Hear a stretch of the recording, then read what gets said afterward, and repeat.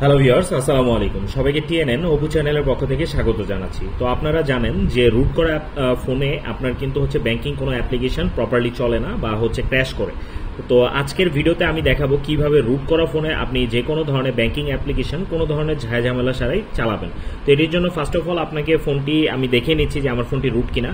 তো আমি first of all আমি আমার রুট চেকার অ্যাপ্লিকেশন দিয়ে আমি ফোনটা চেক করছি যে ফোনটা আদৌ রুট কিনা। তো আমি এখানে ভেরিফাই রুটে ক্লিক করব। তো আপনি দেখতে পাচ্ছেন যে এখানে কিন্তু লেখা আসতেছে যে আমার ফোনটা কিন্তু রুটে, ঠিক আছে। তো আমি এটাকে হচ্ছে কেটে দিচ্ছি। তো এখন আমি দেখাচ্ছি যে আমার যে ব্যাংকিং অ্যাপ্লিকেশন আছে যেটা হচ্ছে নেক্সাস পে ডিবিবিএল এর। তো আমি এটা ওপেন করি। ওপেন করলে আপনারা দেখবেন যে এই অ্যাপ্লিকেশনটা কিন্তু ক্র্যাশ করবে। তো ক্র্যাশ করলে আসলে মানে এখন আমি তাহলে ব্যাংকিং অ্যাপ্লিকেশন ব্যবহার করব কিভাবে? তো এটার জন্য আপনার ফোনটি যদি ম্যাজিক্স দিয়ে রুট করা থাকে তাহলে আপনি খুব সহজেই যে কোনো ধরনের ব্যাংকিং অ্যাপ্লিকেশন এটির মাধ্যমে চালাতে পারবেন। তো ফার্স্ট অফ অল যেটা করতে হবে, আপনার যে ব্যাংকিং অ্যাপ্লিকেশন আছে সেটা একবার কেটে দিবেন। কেটে দেওয়ার পরে আপনার যেতে হবে ম্যাজিক্সে। তো আমি ম্যাজিক্সকে গেলাম। যাওয়ার পরে এখান থেকে উপরের দিকে সেটিং অপশন আছে, আপনারা দেখতে পাচ্ছেন এই উপরে যে সেটিং অপশন এটাতে আমার ক্লিক করতে হবে। তো ক্লিক করলাম। ক্লিক করার পরে নিচের দিকে আমি চলে যাব, ঠিক আছে।